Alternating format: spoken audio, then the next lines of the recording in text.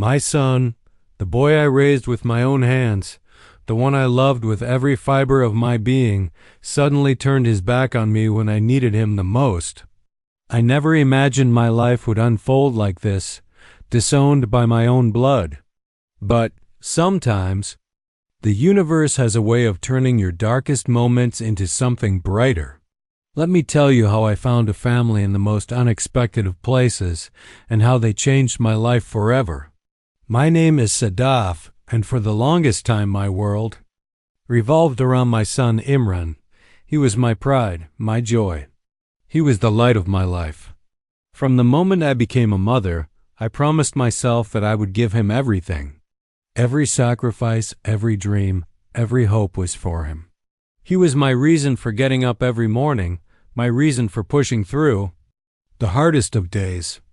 I worked hard, sometimes to the point of exhaustion, to provide him with the best of everything. I wanted him to have opportunities I never had. I wanted him to feel loved and supported no matter what. Whether it was staying up late to help him with his schoolwork or rushing to every parent-teacher meeting, I was there, always there for him. I never imagined that the day would come when he wouldn't need me anymore, or worse, that he would choose to turn away from me. But when Imran became an adult, something shifted. I didn't notice it at first. He was still my son, the same boy who once called me Mama in the sweetest voice. But as he got older, he started distancing himself. The phone calls became fewer, the visits even less frequent. His life became busy with his career, his friends, his new life. I told myself that it was normal. He's growing up. He's finding his own way in the world. But deep inside, I could feel it, a growing gap, a space between us that I couldn't bridge. It wasn't just that he was busy. It was the way he acted when we did talk. The warmth in his voice was gone, replaced by indifference. The excitement he once had when he shared something with me was replaced by cold, detached responses. "I'm fine, Mom. Everything's good." That was his answer to every question. No matter how much I tried to engage him, I tried to tell myself it was just a phase, that it was something all young adults go through. After all, he was doing well. He had a job, a life of his own. But something inside me couldn't shake the feeling that he was slipping away, that the bond we once shared was slipping through my fingers, and I had no control over it. It wasn't just the silence that hurt, it was the absence. Every time I called him, he was either too busy or didn't have the time to talk. Even when I tried to make the effort to visit him, he'd often cancel plans or make excuses. The holidays came, and he didn't come home. I would send him texts, trying to reach out, trying to bring him back into my life, but the replies were always short, always unfeeling. I didn't understand what was happening. I was still his mother. I had always been there for him. Why did he suddenly feel so far away? It was as though he had forgotten me, forgotten all the years I had dedicated to his well-being, his happiness. And then came the phone call that would change everything. One evening, I sat in my living room, the weight of the world heavy on my shoulders. I had just been let go from my job. The company I had worked for over 30 years had shut its doors. I sat in silence for a while, staring at the phone in my hand, wondering what to do next. I had no idea how I would support myself, how I would move forward. The fear was suffocating. But even in my fear and uncertainty, I knew that I couldn't face this alone. I needed to talk to Imran. Maybe he could help. Maybe he could offer some guidance, some support, or at the very least, some comfort. He was my son. I had always been there for him. Now, it was his turn. I dialed his number, my hands trembling. The phone rang once, twice, 3 times before he answered. "Hey, Mom. What's up?" His voice sounded distant, distracted. I took a deep breath, trying to steady myself. "I'm RAN... I need to tell you something. I lost my job today." There was silence on the other end. I could feel the space between us growing wider with every passing second. I waited, hoping for some kind of response, anything that would reassure me that he still cared. Finally, he spoke, his words cold and detached. "Oh, that sucks, Mom. I'm sorry. But I'm kinda busy right now." The words hit me like a punch in the gut. How could he be so indifferent? How could he sound so distant? "I don't know what to do, Imran. I'm really scared. I feel lost." I heard the desperation in my voice, but it didn't seem to reach him. His response was swift, almost mechanical. "I can't help you with this, Mom. I've got my own stuff to deal with. You'll have to figure it out. I'm sure you'll be fine." I felt like I had been slapped across the face. This wasn't the son I had raised. This wasn't the boy who used to need me. I tried to speak, to explain how much I needed him, but the words wouldn't come. The tears welled up in my eyes, but I blinked them away, unwilling to let him see the depth of my hurt. And then, just when I thought the conversation couldn't get any worse, he said it. "I think it's best if you leave, Mom." Those words echoed in my mind over and over again. Leave. How could he say that? How could he, the child I had poured my life into, tell me to leave? The pain was unbearable. My heart shattered in that moment, and I didn't know how to pick up the pieces. I hung up the phone, the weight of his words crashing down on me. I sat there, unable to move, unable to comprehend what had just happened. My son, my flesh and blood, had disowned me. Just like that dot, I spent the next few hours and days trying to process the overwhelming grief that washed over me. How had I gone from being everything to him to being nothing? What had I done wrong? I was confused, hurt, and completely lost. But what hurt the most wasn't just the loss of my job. It was the realization that the bond between Imran and me had broken, and there was nothing I could do to fix it. And so, I found myself standing on the edge of a cliff I never saw coming. I had lost everything, my job, my purpose, and the one person who was supposed to be my rock. But little did I know, this was only the beginning of a journey that would lead me to the most unexpected place, a place where I would find the family. I thought I had lost forever, Dot. This was just the beginning of the unraveling of everything I had known. Little did I know, I was about to embark on a journey that would take me to places I never imagined, and change my life in ways I could never have foreseen. In the days that followed the phone call with Imran, I was consumed by a mix of disbelief and sorrow. How could I have been so blind? How could I have spent so many years pouring my heart and soul into someone who, in the end, turned his back on me so easily? The pain of his rejection was unlike anything I had ever felt, and I found myself trapped in the darkness of my thoughts. Every corner of my apartment felt suffocating, every quiet moment unbearable. But then came the phone call. From Farah. Farah was someone I had met only once, at a community gathering a few months earlier. She was warm and kind, with a gentle presence that made everyone around her feel comfortable.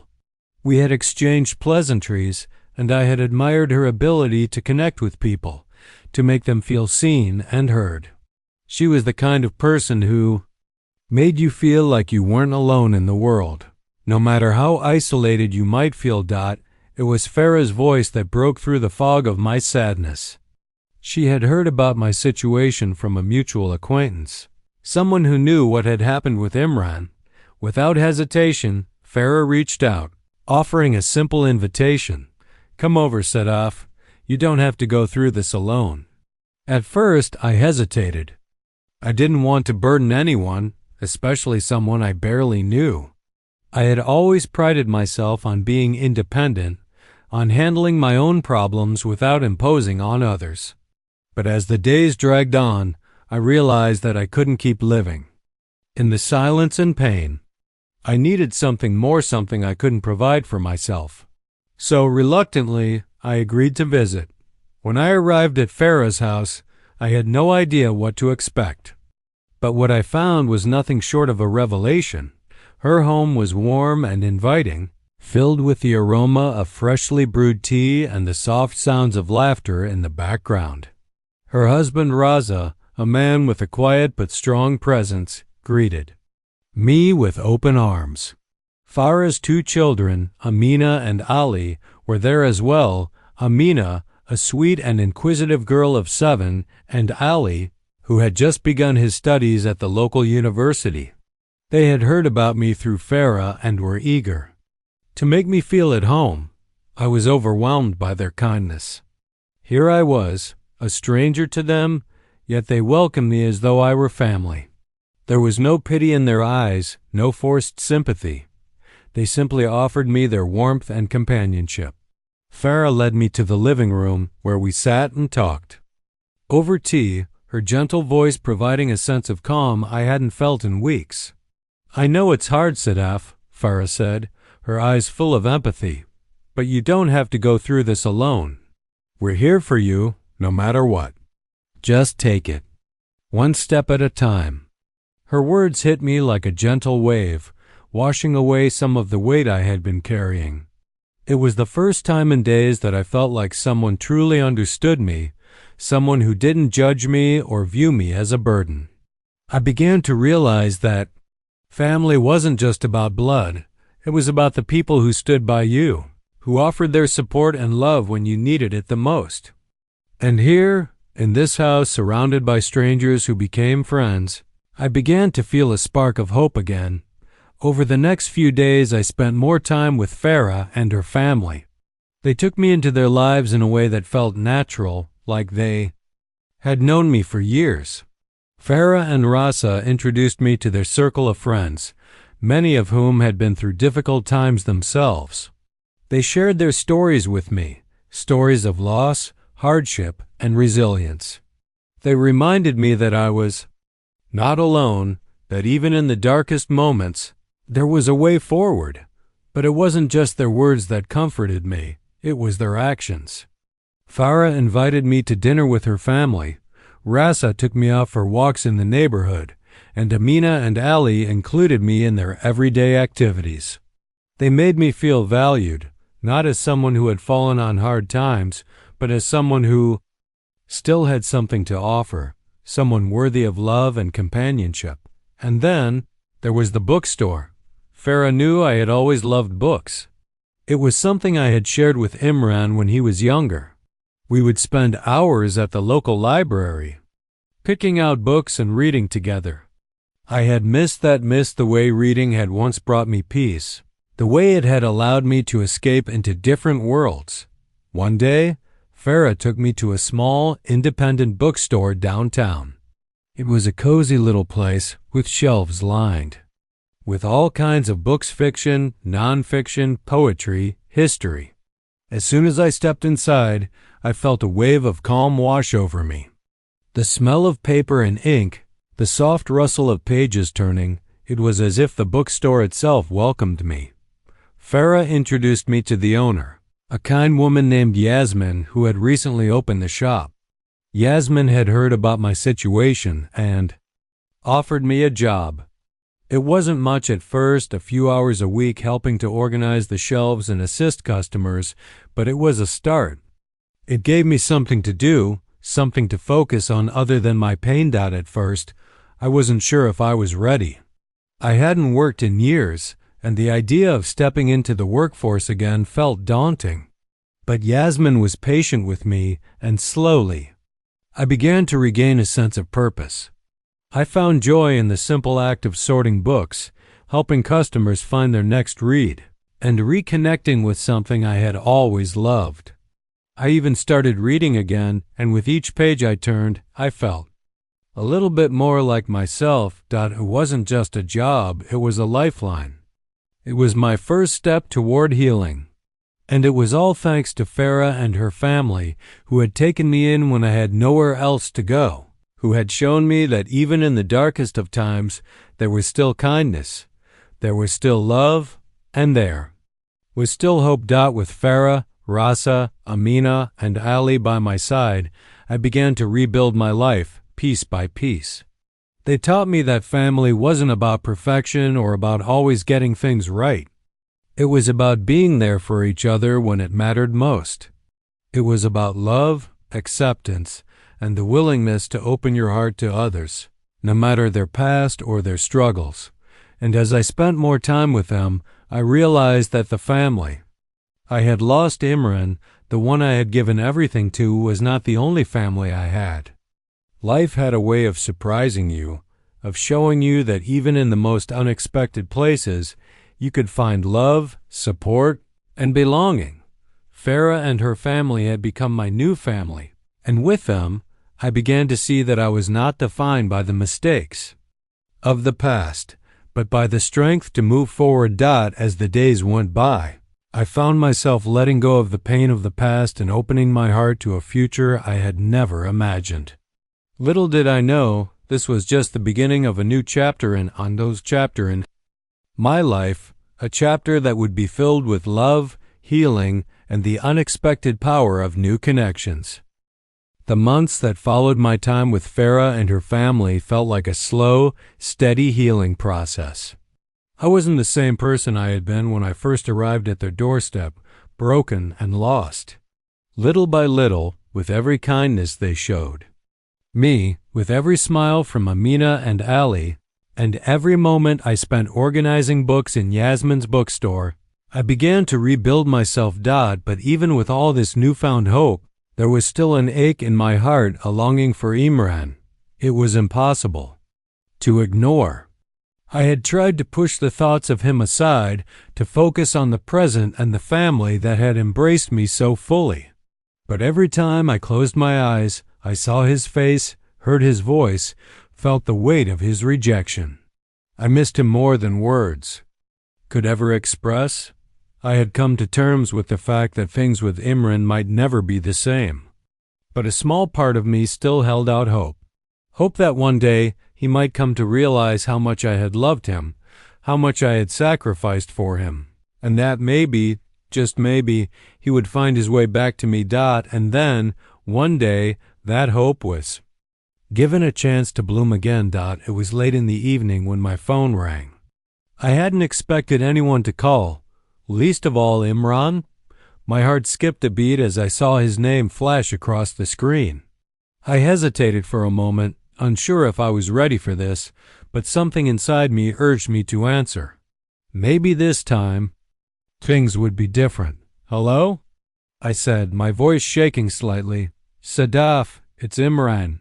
His voice was soft, uncertain, and I could hear the hesitation in his words. It sounded like he was trying to find the right thing to say, but wasn't sure where to start. I held my breath, not knowing what to expect. "Imran," I whispered, my heart pounding. "Where have you been? Why didn't you reach out?" There was a long pause on the other end, and I could feel the weight of the moment hanging between. Finally he spoke, his words slow and heavy. I've been thinking a lot, Mom, about everything. About you, about what happened, and about how I treated you." His voice broke slightly, and I could hear the guilt in his tone. "I've been a terrible son. I was so focused on my own life, on my career, that I pushed you away without even realizing it. I took you for granted, and I'm sorry. I know I don't deserve your forgiveness, but I want to try and make things right." I could hardly believe what I was hearing. After all this time, after all the pain, Imran was apologizing. He was admitting his mistakes. I had waited for this moment for so long, and yet, now that it was here, I wasn't sure how to react. "I don't know what to say," I whispered, tears starting to form in my eyes. "I never wanted to lose you, Imran. I've missed you so much, but you pushed me away. I don't know if I can just forget everything that happened." "I understand," he said quickly. "I don't expect you to forgive me right away. I just want you to know that I'm here now. I want to try, Mom. I want to fix this. I don't want to lose you too." The words that had eluded me for so long finally found their way to my lips. "I want that too, Imran. I want to find a way back to each other, but it's going to take time." "I'm willing to do whatever it takes," he replied earnestly. "Please, let me make it right." And just like that, in the quiet of that moment, I felt a shift. I could feel the walls inside me slowly start to crumble. There was still so much hurt, so much to work through, but the willingness to try to heal was enough. It was more than enough. Over the next few weeks, Imran and I began to rebuild our relationship. It wasn't easy. There were awkward silences, painful conversations, and moments of uncertainty. But through it all, I could see the sincerity in his eyes, hear it in his voice. He wasn't the same person who had once rejected me. He was trying, and that was all I needed to see. Farah and her family continued to be by my side through it, all offering unwavering support as I navigated this difficult path. They never once made me feel guilty for reconnecting with Imran. They understood that healing wasn't linear, and that love, true love, meant giving someone a second chance. When they were truly ready to make amends, as time passed, Imran and I began to talk more frequently. We shared memories, laughed at old jokes, and slowly, piece by piece, we started to rebuild the trust that had been shattered. There were still moments of pain, moments when I couldn't shake the hurt of the past, but with each conversation, with each step forward, I felt a little lighter. One Sunday afternoon, a few months after our initial conversation, Imran came to visit me. He had brought a bouquet of flowers, something so simple, yet so meaningful. As he handed them to me, he smiled sheepishly. "I know it's not much," he said, "but I thought it might brighten your day." I took the flowers from him, tears welling up in my eyes once more. "You've already done so much, Imran. Just being here is enough." He nodded, his eyes softening. "I'm sorry, Mom, for everything. I don't know how to make it up to you, but I'll try. I promise." And in that moment, I realized something important. Forgiveness wasn't about forgetting. It wasn't about erasing the past. It was about accepting the imperfections, the mistakes, and the brokenness, and choosing to move forward anyway. With Farah and her family, and with Imran slowly finding his way back to me, I had learned that family isn't always perfect. It isn't always what we expect it to be, but it is always worth fighting for. And even when it feels like the world is falling apart, there are still people who will love you, who will help you find your way back to yourself. Conclusion: And so, my journey of loss and redemption came full circle. I had lost my job, I had lost my son, but I had found something far more precious in the process, a new sense of family and a new understanding of love. The family I had chosen, the one that had embraced me when I had nowhere else to turn, had shown me the power of second chances. They had shown me that life could be beautiful again, even after everything had fallen apart. As I looked around at the people who had supported me, Farah, Raza, Amina, Ali, and Imran, I realized that family wasn't defined by blood. It was defined by the people who stood by you, who loved you when you had nothing left to give. And for the first time in a long time, I felt whole again. The road ahead would not be easy, but it would be mine to walk with the people I loved by my side, and that, I realized, was all that mattered.